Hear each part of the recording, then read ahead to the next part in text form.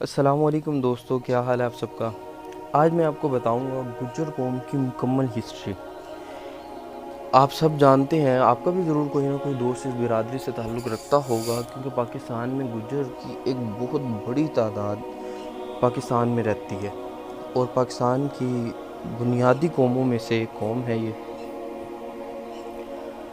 لفظ گجر کو گوجر بھی کہا جاتا ہے، بلکہ اصل لفظ بھی جو تحقیقات سے اخذ ہوتا ہے وہ لفظ گوجر ہی ہے، لیکن وقت کے ساتھ ساتھ وہ بدلتا ہوا گجر بن گیا۔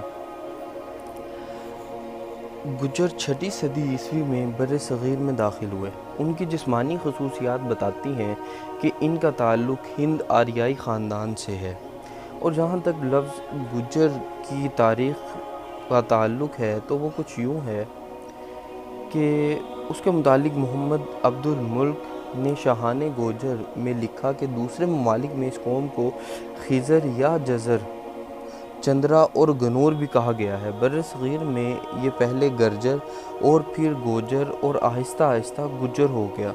بحیرہ خزر کا نام بھی اسی وجہ سے بحیرہ خزر پڑا، کیونکہ اس کے ارد گرد خزر قوم آباد تھی جو ستھین قبائل کی نسل سے ہیں۔ شاہان گوجر میں اگنی کل کی چاروں قوموں چوہان، چالوکیا، پڑیاڑ اور پمار کو گوجروں کے ضمن میں ہی بیان کیا گیا ہے۔ حسن علی چوہان نے اپنی کتاب میں لکھا ہے کہ رامائن میں گوجر کے معنی غازی کے آئے ہیں۔ یہ خشتری ہیں جو بعد میں گوجر کہلانے لگے۔ اس میں سورج ونشی اور چندر ونشی کو بھی گوجر ہی کہا گیا ہے، جو کہ ہندوؤں کی بہت مشہور قومیں ہیں، مگر ان اقوام نے کبھی نہ تو گوجر ہونے کا دعویٰ کیا ہے اور یہ لوگ نوکری نہیں کرتے تھے۔ ان کا گزارا دودھ دہی پر ہوتا تھا۔ جلال الدین اکبر نے ان کے لیے ایک قلعہ بنایا تھا جس کا نام وقت کے ساتھ ساتھ گجرات ہو گیا۔ جی ہاں، جو اکثر ہم اس سے ظاہر ہوتا ہے کہ گوجر اور گجر کی اصل ایک ہی ہے۔ گجر قوم کی تاریخ۔ گوجروں کی آبادی کا اتنی دور تک منتشر ہونا اس بات کا ثبوت ہے کہ انہوں نے بہت وسیع رقبہ پر فرما روائی کی۔ گوجر بیشتر غلہ بانوں کی قوم تھی اور یہ لڑائی کے دل دادا تھے، اور یہ رجحان ان میں آج بھی پایا جاتا ہے۔ یہ مستقل مزاج زراعت کاروں کی حیثیت سے اہمیت کے حامل ہیں، تاہم انہوں نے عمومی حیثیت سے اقامت کی زندگی اختیار کر لی ہے، مگر ابھی بھی کانگڑا اور سنجال کے پہاڑوں کے درمیان کچھ گوجر چرواہے رہتے ہیں جو خانہ بدوش ہیں۔ گوجروں نے اپنی ریاست کو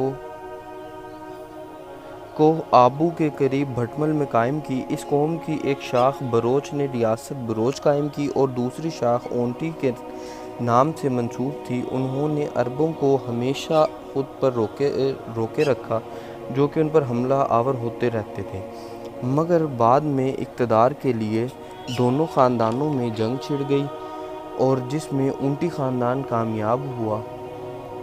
انتشار کی وجہ سے بعد ازاں دونوں خاندانوں کو اپنے پڑوسیوں راشٹر کوٹوں اور پالوں سے جنگ کرنا پڑی۔ اونٹی راجہ ناگا بھٹ نے مونگیر کے مقام پر دھرم پال کو شکست دی اور کاٹھیا واڑ، مالوا اور راجپوتانہ میں کامیاب جنگیں لڑی۔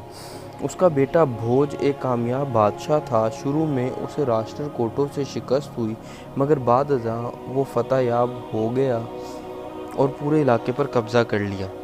بروچ کے علاوہ کنوج پر گوجروں کی شاخ پرتیہاروں کا قبضہ ہو گیا تھا، جو کہ بعد میں بھٹ دوم کے بیٹے بھوج نے کنوج کو اپنا پایہ تخت بنایا۔ اس کا بیٹا مہندر پال اس حکومت کو سنبھالنے میں کامیاب رہا، مگر مہندر پال کا بیٹا راشٹر کوٹیا خاندان کے مہی پال اندر سوم سے شکست کھا گیا۔ اگرچہ کنوج مہندر پال نے دوبارہ حاصل کر لیا، مگر سلطنت بکھر گئی۔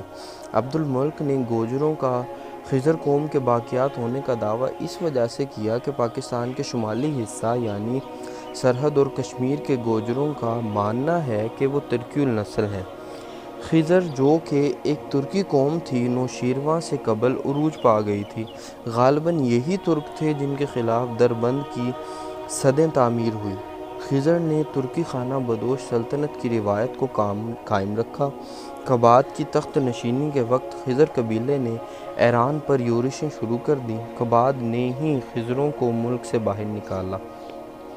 بحیرہ خزر کے مشرقی علاقوں میں ساسانوی خاندان نے اپنے ترک ہمسایوں کے خلاف قلعہ تعمیر کرائے تاکہ صوبہ جرجان کی حفاظت کی جا سکے، مگر وہ اس کی حفاظت نہ کر سکے۔ بعد میں جرجان اور تبرستان کی سرحد پر ایک اور دیوار قائم کی، کیونکہ جرجان ہاتھ سے نکل گیا تھا۔ نوشیروان نے 533 عیسوی میں کیسر روم سے معاہدہ کر لیا، جس کے بدلے نوشیروان نے دربند اور کوہ قاف کے حصوں کی حفاظت اپنے ذمہ لی۔ نوشیروان ساسانی حکمران نے مغربی ترکوں، جن کا حکمران ایل خان تھا، سے دوستی کر لی اور اس کی مدد سے افغانستان میں ہنوں کو شکست دی، اور اس کے بعد خزر قبائل پر فوج کشی کی اور ان کی طاقت کو پارا پارا کر دیا۔ اس طرح خزر قوم کا خاتمہ ہو گیا اور ترک مضبوط ہو گئے اور ہنوں سے ہاتھ لگنے والے افغانستانی علاقوں پر بھی قابض ہو گئے۔ اسی وجہ سے ترکوں اور نوشیروان میں اختلاف پیدا ہو گیا۔